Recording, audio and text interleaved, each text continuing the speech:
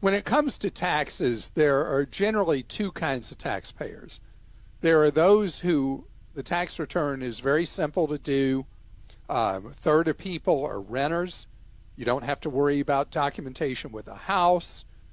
You don't own your own business.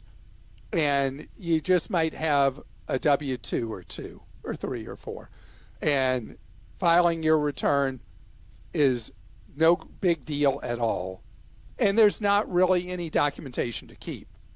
But then as your life becomes more complicated, you own a business, let's say, or you own a house, maybe you own rental properties, as you add other elements in, the question of what you need to keep becomes more urgent. So let me first deal with people who have just an ultra simple tax return. What I do want you to keep is proof that you filed each year. File electronically. It's really easy for you to have proof of filing. And you want to maintain that proof for guess how long? I think forever. IRS has 3 years to go after you on your tax return and require backup proof of everything you've claimed. They've got 6 years to go after you and say, hey, you underreported this terribly or whatever.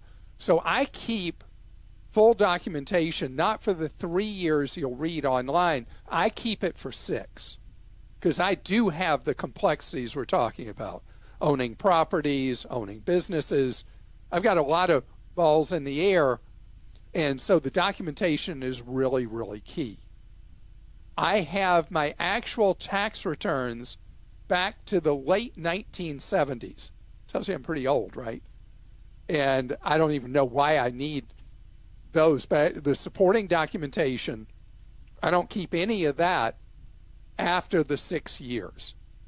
Just the returns themselves in case, because the IRS has no limit on when they can say you failed to file.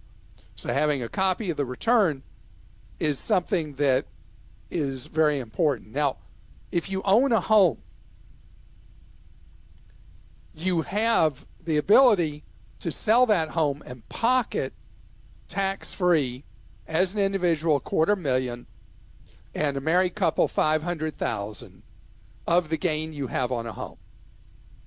Now, that's going to cover, historically that would cover most situations. But now we have more and more high housing cost zip codes in particularly on the coast and then scattered spots in the rest of the country where the gains, particularly the longer you own your house, they could way outrun that tax-free exemption, which for so long was enough to cover every situation. So now for you, over the years, you want to keep records of any time you do a substantial improvement to your home. And that would adjust the basis of that home. Every dollar you can document is a dollar that you don't have to pay tax on when you sell your home if your gain outruns that $250,000 or $500,000. And when you sell your home, a lot of expenses involved in selling your home, people don't think about those being expenses that will reduce the reportable gain, but they are. So somebody has an inspection done of your home and you have to fix this or do that or do the other. Those expenses are selling expenses that reduce the amount you're taxed.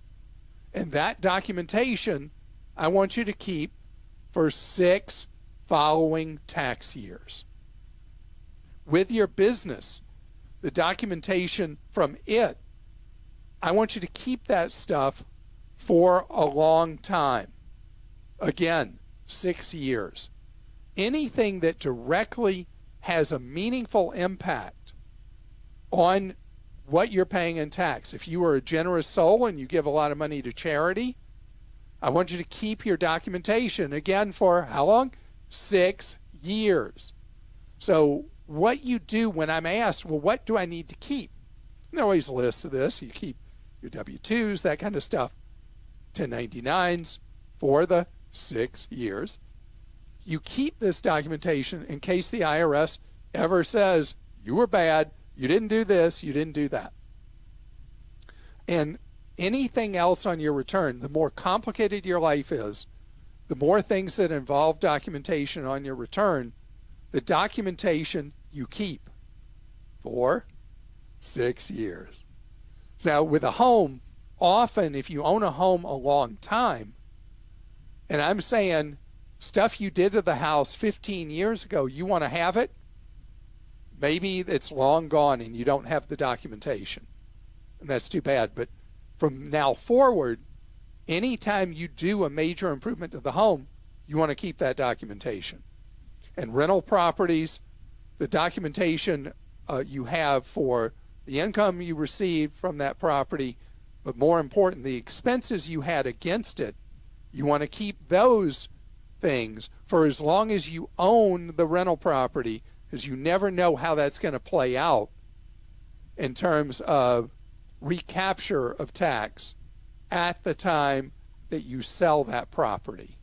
This is the most rudimentary, basic thing. We have a keep and ditch list at Clark.com. You can see it. But let the complexity of your tax return be your guide, and the reductions in income subject to tax that you have each year be your guide as to what is so important for you to keep.